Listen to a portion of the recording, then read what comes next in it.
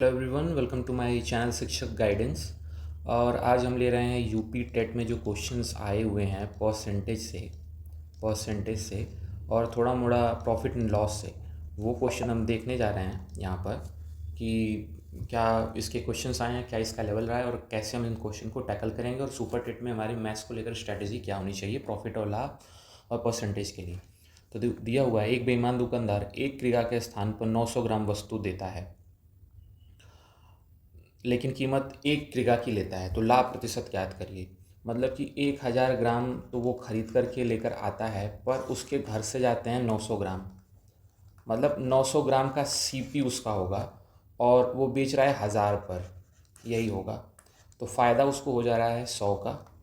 100 into 100 upon 900, इसको ऐसे divide कर देंगे और जब इसमें से भाग देंगे तो 9 1 जा 9, 9 1 जा 9.11, तो इसका जो आंसर हो जाएगा वो ए हो जाएगा।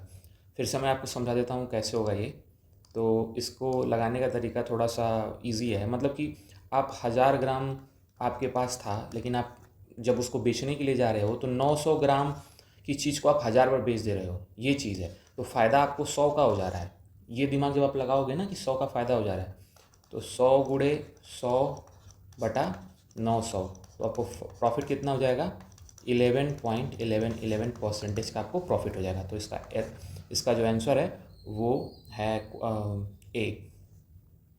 तो ये, तो इसका आंसर आ चुका है। बढ़ते हैं अगले क्वेश्चन पर। दूसरा क्वेश्चन है, बहुत ही मैं बोलूँगा कि इजी क्वेश्चन ही है, जो यूपी टेट 2026 में आया हुआ है। बोला यदि किसी संख्या का 25% 85 है तो उस संख्या का मान बताइए। तो यदि किसी संख्या का 25% का अर्थ मीनिंग होता है कि 1/4। किसी संख्या का 1/4 85 है, तो एक कितना होगा? तो 85 गुणे 4 कर देंगे, 340 हो जाएगा। तो आप इस तरीके से भी लगा सकते हैं। अगर आपको ये तरीका समझ में ना आए कि 25% को 1/4 लिख सकते हैं, अरे 25 50 75 100, तो 25 100 का 1/4 ही होगा ना। तो 1/4 85 है, तो एक कितना होगा? 85 इंटू 4 340 हो जाएगा। लेकिन हम इसको ऐसे नहीं लगा रहे हैं।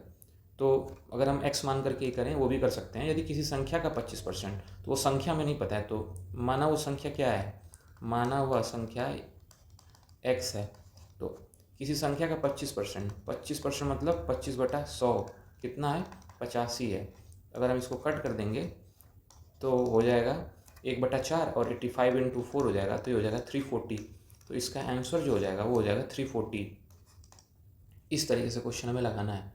धीरे धीरे करके हमको चीज़ें अगर सीखेंगे तो हमें बहुत फ़ायदा रहेगा। मैं इस वजह से आपको ये करा रहा हूँ क्योंकि आप ये समझ पाएँ कि यूपी टेट में परसेंटेज और प्रॉफिट लॉस के क्वेश्चंस कैसे आए हुए हैं, जो कि आपको ये भी एनालिसिस करने में मदद देगा कि मैथ्स के क्वेश्चन किस लेवल के आ सकते हैं सुपर टेट में।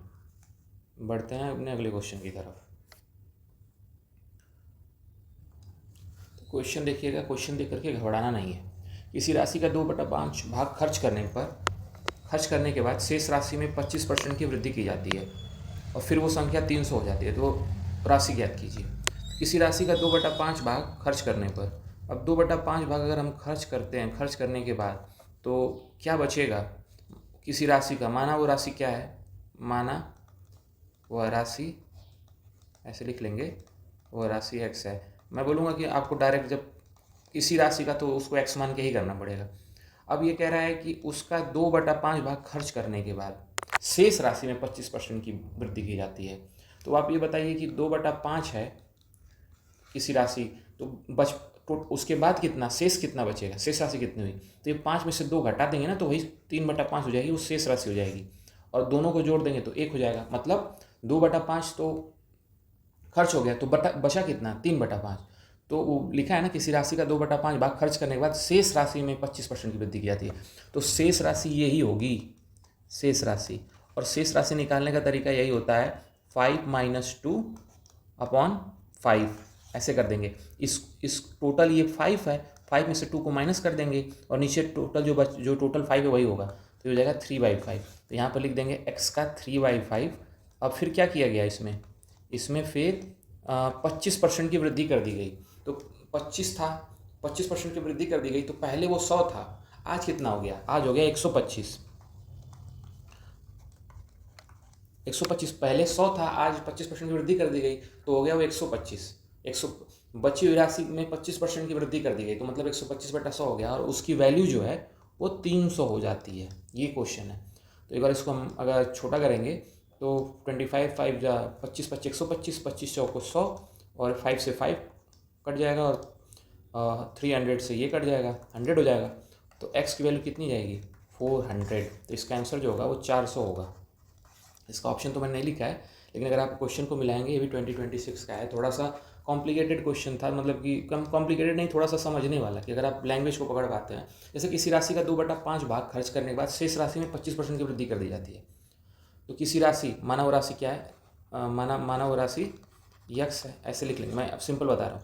2/5 भाग खर्च करने के बाद शेष राशि में, अब 2/5 भाग है तो शेष राशि कितना होगा? 3/5। एक ऐसे लिखते जाइए। शेष राशि में 25% की वृद्धि की जाती है, मतलब x का 3/5 में 25% की वृद्धि की जाती है और जो हो जाता है कितना? 300। बस इसी को सॉल्व कर देंगे, x की वैल्यू आ जाएगी और x की वैल्यू आ रही है 400। तो ये हमारा आंसर हो जाएगा। तो इस तरीके से क्वेश्चंस को जब हम बार बार देखेंगे, लगाएंगे ना, तब जा करके हमें पता चलेगा कि चीज़ों को हमें कैसे टैकल आउट करना है। बढ़ते हैं अपने अगले क्वेश्चन की तरफ। क्वेश्चन दिया है, किसी वस्तु की कीमत में 22.5% घटा दी जाती है। घटी हुई कीमत में कितने प्रतिशत की वृद्धि की जानी चाहिए ताकि अंतिम कीमत मूल कीमत से 10% अधिक हो जाए? तो अब मान लीजिए कि अगर इसको आप x मान के करने लग जाएंगे तो बहुत समय लग जाएगा। यदि वो वस्तु, कभी कभी आपको ये देखना पड़ेगा कि मुझे 100 मान के करके करना है कि x मान करके करना है कि 1 मान करके करना है। ये आपके, जब आप क्वेश्चन जितना लगाते चले जाएंगे ना, उसके हिसाब से होने लग जाएगा। और यूपी टेट के क्वेश्चन जितने भी होंगे ना, आप अगर दिमाग वाले थोड़े हैं ना, थोड़ा सा मतलब लॉजिक माइंड लगा पाएंगे तो सवाल सारे हो जाएंगे। मैं आपको बता रहा हूँ। देखिए, किसी वस्तु कीमत में 22.5% घटा दी जाती है। तो माना उस वस्तु का दाम 100 था, इसमें 22.5 घटा दिया जाएगा तो बचेगा 77.5। अब इतनी कीमत कम हो गई। घटी हुई कीमत में कितने % की वृद्धि की जानी चाहिए ताकि अंतिम कीमत मूल्य से 10% अधिक हो जाए? मतलब कि 10% अधिक जाए मतलब 110 हो जाए। अब इसमें कितना % बढ़ाना चाहिए? तो 77.5 से जब 100 ये घटाएंगे हम इसमें से, कितना अधिक हो जाए कि भाई हम 110 हो जाए। 77.5 को कितना % से बढ़ा दिया जाए कि वो 110 हो जाए? तो अगर हम माइनस करते हैं तो 0.5 हो जाएगा। पहले 9 में से 7 जाए 2 हो जाएगा। फिर यहाँ पर 32.5 होगा मेरे हिसाब से, क्योंकि 10 वो जुड़ जाएगा। अरे 22 घटाए थे 22.5, 10 बढ़ गया 32.5 गुणे 100/77.5। अब देखिए ये पॉइंट से हट जाएगा।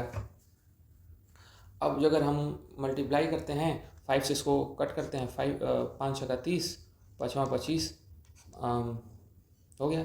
और ये 5 एकम 5, 5वां 25, 5वां 25, ठीक है। 13 पचे 65, 5 थे 15, मतलब 1331 करेंगे तो कितना हो जाएगा? 31 पचे 31 चौको 4 एकम 4, 4 थे 12। तो 4 से शुरू हो रहा है तो 4 से सिर्फ एक ही है तो इसका आंसर हो जाएगा 41.93। तो इस तरीके से चीज़ें हमें करनी है। थोड़ा सोच करके, थोड़ा विचार करके अगर हम क्वेश्चंस को करेंगे तो हमारे सारे आंसर आएंगे। बट थोड़ा सा ना, मतलब जुझारू होना पड़ेगा, थोड़ा सा हमें देखना पड़ेगा कि हमें करना कैसे है। कोई क्वेश्चन ऐसा नहीं है कि जो लगाया नहीं जा सकता हो, लेकिन यू हैव टू, थोड़ा सा आपको एक्नॉलेज करना पड़ेगा कि हमें चीज़ों को कैसे करना है। मैं चाहता हूँ कितने सरल रूप से आप क्वेश्चन को देखें और क्वेश्चन के हिसाब से आप जुट जाएं उस पर। बढ़ते हैं अपने अगले क्वेश्चन पर। देखिए, ये क्वेश्चन जो है इसका एक फॉर्मूला भी होता है, आपको पता होगा। जैसे क्वेश्चन क्या है, यदि किसी राशि को पहले 12.5 बढ़ाया जाता है और फिर 8.4% से घटाया जाता है तो कुल परिवर्तन कितना है? अब मैं आपको बता रहा हूँ। इसका होता है फॉर्मूला, मैं बता रहा हूँ, a + b + a × b / 100। मैं आपको बता रहा हूँ। अब पहले घटाया गया, ये क्या होता है ना, 2 बार 3 बार ऐसे होता है तभी करते हैं। अब मैं आपको बता रहा हूँ, यदि किसी संख्या को 12.5 बढ़ाया जाता है तो आप सीधे 12.5 ऐसे लिख देंगे, 12.5 ब्रैकेट क्लोज। अब प्लस यहाँ पे लगा करके फिर घटाया जा रहा है तो माइनस में घटाया जा रहा है तो माइनस यहाँ लिखेंगे, -8.4 प्लस ए बी है, a × b, तो 12.5 × 8.4, ये यहाँ पर भी माइनस होगा, ये यहाँ पर भी माइनस होगा, -8.4 × 100। अब देखिएगा, अब जब इसमें से हम ये माइनस करेंगे तो 5 में से 4 जाए 1 और 12 में से 8 जाए जो कि प्लस माइनस माइनस हो जाएगा, तो ये हो जाएगा 4.1। अब देखिएगा, अब इसको जब हम मल्टीप्लाई कर रहे हैं तो 1.25, अब मल्टीप्लाई करना पड़ेगा। 12.5 में 8.4 का हमें मल्टीप्लाई करना है, मल्टीप्लाई करेंगे। 4 5 20, 4 दूनी 10, अरे 4 दूनी 8, 8 8 2 10, 4 एकम 4 1 5, और यहाँ पर 5 9 40, 5 दूनी 10 4 14, 5 एकम 5 1 6, 0 0 5 4 9 और 6। तो ये कितना हो जा रहा है? 69 हो जा रहा है, और 69, और वो भी माइनस का 69 हो रहा है, क्योंकि यहाँ पर भी माइनस है, माइनस माइनस माइनस हो जाएगा ये, और इंटू 100 कर देंगे तो 4.1 माइनस 0.69 करेंगे तो कितना हो जाएगा? अब माइनस करिए, माइनस करेंगे इसको तो मेरे हिसाब से कहीं कुछ मिस्टेक हुई है क्या? देखिए, क्वेश्चन है किसी राशि को पहले 12.5 बढ़ाया जाता है, फिर 8.4 घटाया जाता है, तो कुल प्रतिशत परिवर्तन बताइए। तो इसका एक फॉर्मूला होता है, और ये क्वेश्चन अगर मतलब कि अगर चलिए अगर 8.4 12.5 ऐसे नहीं दिया होता तो हम उस तरीके से भी कर सकते थे कि 112.5 हो गया, फिर इसको घटा दिया गया। तो क्या होता है ना कि उससे फिर दिक्कत हो जाती है, मतलब आपको थोड़ा प्रॉब्लम होगा। या आप ऐसे भी कर सकते हैं कि किसी राशि को पहले 12.5 बढ़ाया जाता है, तो 12.5 मतलब 112.5 डिवाइड बाई 100, ठीक है। फिर 8.4 घटाया जाता है, तो फिर ये हो जाएगा आपका कितना हो जाएगा, मतलब 91.6 मेरे हिसाब से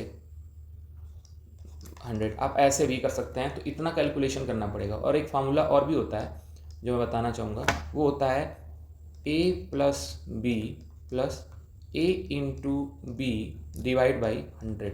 अब बोलिए पहले क्या होता है, 12.5 बढ़ाया जाता है, तो बढ़ाने के लिए प्लस के साथ लिखते हैं 12.5, ठीक है, ऐसे। फिर क्या हो रहा है, घटाया जा रहा है, तो यहाँ पर ब्रैकेट में माइनस 8.4 घटाने के लिए, क्योंकि 8.4 घटाया जाता है, प्लस ए बी, तो plus 12.5 into minus 8.4 divided by 100। क्योंकि जहाँ घटाया जाता है वहाँ पर माइनस का आपको लिखना ही लिखना है, बस ये दिमाग में लेके चलिए, और जहाँ बढ़ाया था वहाँ प्लस का लिखना है।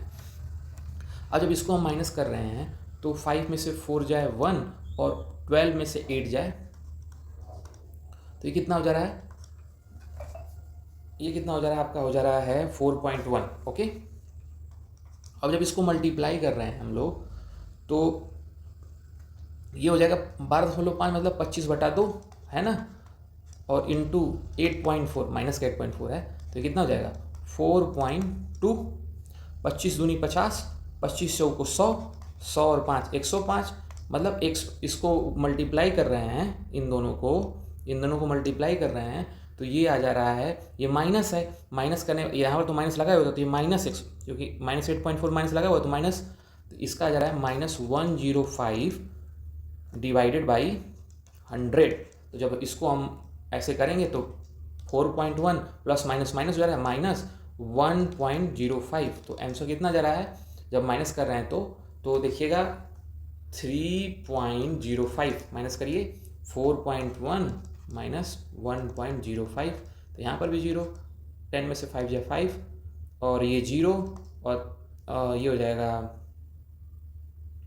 जाएगा आपका 4 में से 1 जाए 3, तो 3.05 आंसर हो जाएगा, जो इसका आंसर जो है वो यहाँ पर है आपका। तो ये क्वेश्चन काफ़ी अच्छा है, अगर आप इस क्वेश्चन को अच्छे से लगाएंगे तो आपको समझ में आएगा कि क्वेश्चन किस टाइप के आ रहे हैं। a plus B, A B into 100 कर देंगे, आंसर आ जाएगा। जहाँ प्लस है वहाँ प्लस रख देंगे, जहाँ नेगेटिव है वहाँ नेगेटिव रख देंगे। बढ़ते हैं अब अपने अगले क्वेश्चन की तरफ। अब देखिए एक और क्वेश्चन है जो बहुत ही ईजी है। 9.09 का 77% का अनुमानित मान ज्ञात करिए। तो 9.09 का मतलब समझ रहे हैं क्या होता है? 9.09 का के 77%। अच्छा, अगर 9.09% का 77, ये ट्रांसफ़र भी कर सकते हैं आप, परसेंटेज इधर भी आ सकता है, का रहता है ना, तो परसेंटेज को ट्रांसफ़र कर देते हैं, या तो आप सीधे यही कर दीजिए कि 9.09 दिया हुआ है गुणे 77/100 करेंगे आप। तो सबसे बढ़िया आप क्या कर दीजिए ना, 909 डिवाइडेड बाई 100 कर देंगे, गुणे 77/100 कर देंगे। लेकिन एक प्रॉब्लम होती है इससे, एक प्रॉब्लम होती है कि आप 9.09 आएगा कैसे। जब आपको ये पता रहेगा ना तो आपको कोई दिक्कत ही नहीं होगी। मतलब 100/11 करते हैं तो आप देखिएगा 9.09 आता है। करिए 100/11 करेंगे आप, 100/11 अब देखिए ज़रा, 100/11 करेंगे तो क्या आ जाएगा, वो आ जाएगा 9.09। मतलब कि 9.09 की जगह हम लोग क्या 100/11 लिख सकते हैं? बिल्कुल लिख सकते हैं। 77/100 कर देंगे, ये इससे कट जाएगा, ये इससे कट जाएगा, 7 आंसर आ जाएगा। इस तरीके से चीज़ें हो जाएंगी। तो आप कहेंगे सर आप तो एकदम डायरेक्ट लगा दिए, इसका तो समझ ही नहीं है। तो चलिए फिर बताता हूँ। देखिए क्या है, 77/100 गुणे 909/100 यही होगा। अब हमको इसको लगाना पड़ेगा ही। तो लगाने के लिए अब आप उस तरीके से लगाने जाएंगे ना तो फिर आपको आंसर ही नहीं मिलेगा। आप इसको शॉर्टेस्ट फॉर्म में कैसे कन्वर्ट कर सकते हैं आपको ये पता होना चाहिए। 9.09 का आपको याद ही होना पड़ेगा, क्योंकि आपको पता है कि अगर जैसे आप जाएंगे ना तो 9.090909 ऐसे आता चला जाएगा। तो आपको जब तक याद नहीं होगा ना कि 100/9 को ही 100/11 को ही 9.09 कहते हैं, तब तक आप ये क्वेश्चन लगा ही नहीं पाएंगे। तो आप सीधे यहाँ पे लिखेंगे क्या, 100/11 इंटू 77/100 ऐसे कट करेंगे, 11 7 तो ये हो जाएगा आपका 7 आंसर हो जाएगा। तो कुछ कुछ चीज़ें होती हैं जो आपको याद करनी पड़ती हैं। मैं आपको बताता हूँ कौन कौन से वो हैं। जैसे एक को हम लिखते हैं, जैसे अगर कोई आपको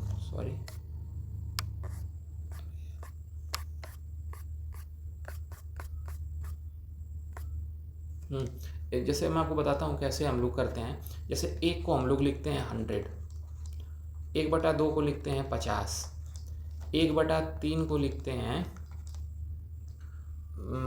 33.33, 1/4 को लिखते हैं 25, 1/5 को लिखते हैं 20, 1/6 को लिखते हैं 16.67, 1/7 को लिखते हैं 1/7 को क्या लिखते हैं, जब आप 100 अब इसका कैसे लिखते हैं, 100/7 कर देते हैं।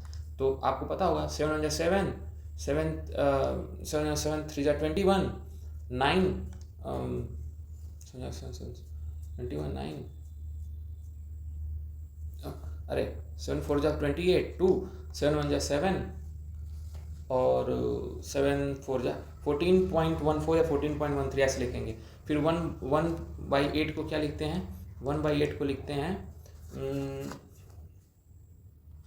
12.96 लिखते हैं। तो आप जब तक ये क्रम याद नहीं रखेंगे ना तब तो आपको भूलते रहेंगे। तो आपको ये तरीके 1/20 तक आपको याद होना चाहिए, तब जाकर के आपको चीज़ें समझ में आएंगी। मतलब 1 को 100 या 100% को 1 लिखते हैं, और फिर 50% को 1/2 लिखते हैं, 2.5% को 1/40 लिखते हैं। तो ये सारी चीज़ें आपको याद होनी चाहिए, वरना फिर आप बेसिक ये जो चीज़ें हैं क्या कहते हैं परसेंटेज की, वो समझ नहीं पाएंगे। ये तो क्वेश्चन हो गया है। अब देखिए क्या है, एक दुकानदार एक किताब पर लागत मूल्य से 30% अधिक अंकन लगाता है। मतलब क्या करता है, 100 का दाम उसका है, उस पर अंकित करता है 130 रुपये अंकित कर देता है, और अंकन अधिक लगाकर अंकन पर 11% की छूट दे देता है। तो अंकन पर 11 मतलब इसको 89 में बेच दे रहा है। तो ये कट गया 1.3 इंटू 89, 13 9 117, 13/104, 104 और 11 115, और पॉइंट यहाँ पे लग जाएगा। अब पूछ रहा है कि लाभ प्रतिशत बताइए, मतलब 100 का दाम 100 का खरीदा 115.7 पर बेच दिया, तो प्रॉफिट कितना हुआ 15.7 का। देखिए 100 में 115.7 में 100 घटा देंगे तो आएगा ना 15.7, तो लाभ प्रतिशत वही हो जाएगा। तो ये जो चीज़ें हैं ना, मतलब लग रहा होगा भाई इतना जल्दी कैसे हो जा रहा है, जैसे मैं आपको बता रहा हूँ, देखना आपको आएगा ना तो फिर आ जाएगा। 100 की आप कोई वस्तु खरीदे, अब कह रहा है कि उस लागत मूल्य से 30% अधिक अंकन लगाता है, तो ये 130 का हो गया। अब फिर कह रहा है कि भैया अंकन पर 11% की छूट दे देता है, मतलब 89 पर बेच दे रहा है, 89 पर छूट दे रहा है, तो वो जा रहा है 115.7, और 115.7 बेच रहा है, खरीदा 100 का, तो प्रॉफिट कितना हुआ 15.7 का। तो ये इसका आंसर हो जाएगा 15.7। तो क्वेश्चन को आपको देखना आना चाहिए, देख नहीं पाएंगे तो फिर दिक्कत होगी। तो नेक्स्ट क्वेश्चन है, एक व्यापारी ने एक वस्तु को 5,040 में बेचा और 12% का लाभ अर्जित किया। यदि उसने इसे 4,680 में बेचा होता तो लाभ या हानि प्रतिशत क्या होता। तो 5,040 में बेचा तो 12% का लाभ अर्जित किया, मतलब अभी 112 है, 112 का दाम 5,040 है। तो पहले हम निकालेंगे उसका CP कितना है, अभी तो 112 पर चल रहा है, तो 5,040 बटा 112 गुणे 100, ये हो जाएगा 56, ये हो जाएगा 50, ये हो जाएगा 25, ये हो जाएगा 28। तो 28 में जब हम 5040 से भाग देंगे, 5040 से भाग देंगे तो कितना हो जाएगा, 28 एकम 28, ये हो जाएगा 22, 6 48 7 12, हाँ 8 8 8 64, 8 दूनी 16 6 22, मतलब 18, ये हो जा रहा है 18। अगर डिवाइड कर रहे हैं तो 180, सॉरी 180, तो 25 0 25 8 200 और 25 एकम 25, 25 और 12,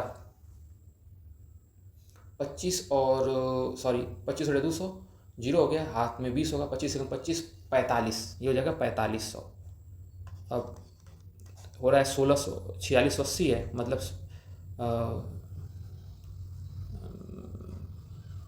180 का फ़ायदा हो रहा है, गुणे 100 अपन 4500, जीरो से जीरो कर देंगे, 36 18 या 3 6 18, 15 3 45, 3 दूना 6, 3 5 15,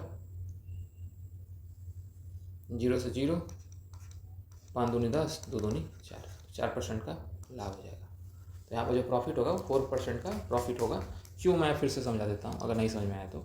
देखिए, एक व्यापारी की वस्तु को बेचने पर 5,040 में बेचा और 12% का लाभ हुआ, मतलब कि 12 पर, आज 112 उसका प्राइस है, प्राइसिंग कितने पर है, 112 पर बेच रहा है, तो उसकी प्राइसिंग है 5,040। तो 100 पर बेचेगा, उसकी प्राइसिस 100 पर अगर आप निकालेंगे तो हो जाएगा 4500। और लेकिन यदि उसने 4680 में बेचा होता तो लाभ परसेंट कितना होता। तो जब 4600 इसमें से घटाएंगे, 4680 इसमें से घटाएंगे तो आ रहा है 180, CP हो जा रहा है ये, 180 SP हो जा रहा है ये, तो 180 गुणे 100 बटा 4500, जीरो से जीरो कट जा रहा है, 4500 को 180, 4% का लाभ हो जा रहा है। तो ये आंसर हो जाएगा। तो बेसिक यूटिलिटी में जैसे आप क्वेश्चन को देखेंगे, यूपी टेट के क्वेश्चन ईजी हैं और आपको ये बात समझनी होगी कि कैसे, अब क्वेश्चन वो नहीं है कि 10% की चीज़ें हैं, उसमें इतना भेज दिया, उसमें उतना भेज दिया तो आप कर लोगे, नहीं कर पाओगे। आपको करने के लिए चीज़ों को देखना पड़ेगा, समझना पड़ेगा। बढ़ते हैं अपने अगले क्वेश्चन की तरफ। क्वेश्चन से डरेंगे नहीं। दो उम्मीदवार के बीच हुए चुनाव में कुल वोटों में 12% वोट अमान्य घोषित हो गए। 100% वोट पड़ा होगा, मतलब दोनों पार्टी मिलकर के 100% वोट कराई, जिसमें से लोग बैलेट पर वोट किए तो जिसमें से 12% खराब हो गया, मतलब अब बचे 88%। अब ये बोल रहा है एक उम्मीदवार को वैध वोटों का 65% प्राप्त हुआ। यदि कुल 10,000 वोट डाले गए तो दूसरे उम्मीदवार को कितने वैध वोट मिले, दूसरे उम्मीदवार को।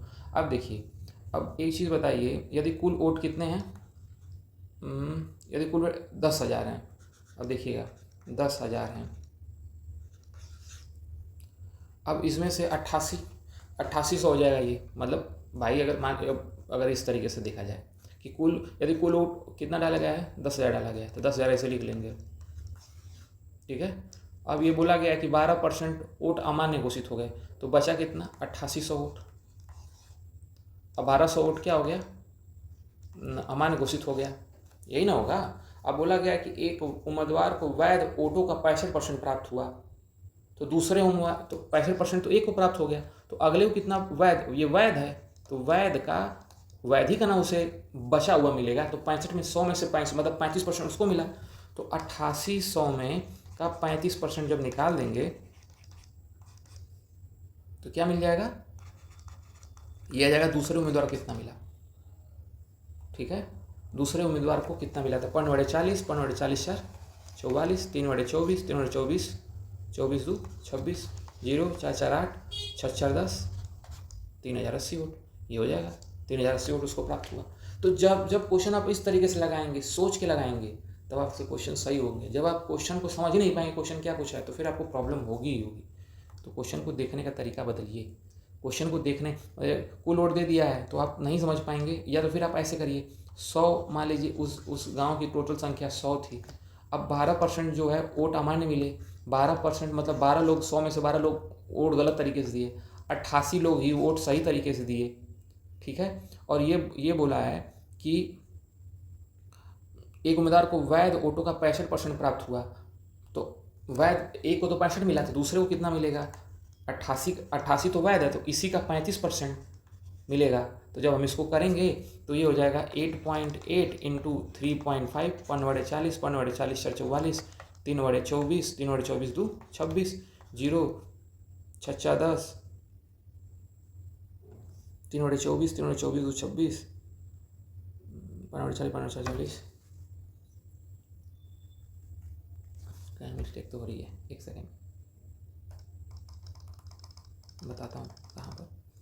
देखिए 8.8 इंटू 3.5, 1/40, 1/40 4 44, 3/24, 3/24 2 26, 0 4 4 8, 6 4 10, 3 80, 10 लग जाएगा 30.80। अब 100 टोटल, यदि कुल वोट 10,000 है जिसको हमने 100 माना था, तो 100 बराबर 1 2 3 4 100 है, तो 30.80 कितना हो जाएगा 30.80। तो अब इसको हम ऐसे कट करेंगे, 100 आ जाएगा। जब इसमें 100 मल्टीप्लाई कर देंगे तो 3080, तो हमारे आंसर यही आएगा।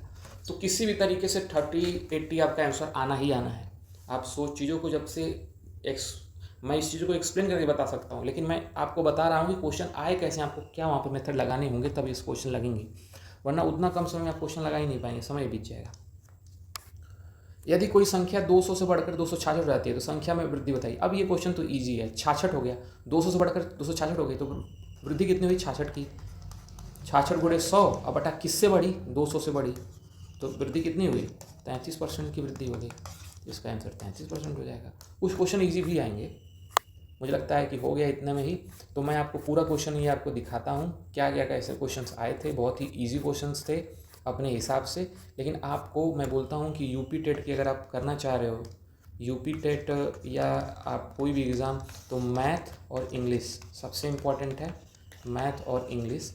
तो आप सबसे अच्छी चीज़ ये करो कि मेरे प्लेलिस्ट में इंग्लिश का भी मैंने वोकैबलरी और ग्रामर मैं करा रहा हूँ, उसे आप देखते रहो और आपको बहुत फ़ायदा होगा वहाँ से भी। और वो भी शॉर्ट फॉर्मेट में कराऊंगा ये चीज़ें, और मैथ्स जो है वो मैं लॉन्ग फॉर्मेट में भी कराऊंगा। तो please like and subscribe my channel, और मैं आपके सामने ऐसे वीडियोज़ लाते रहूँगा। तब तक के लिए नमस्कार।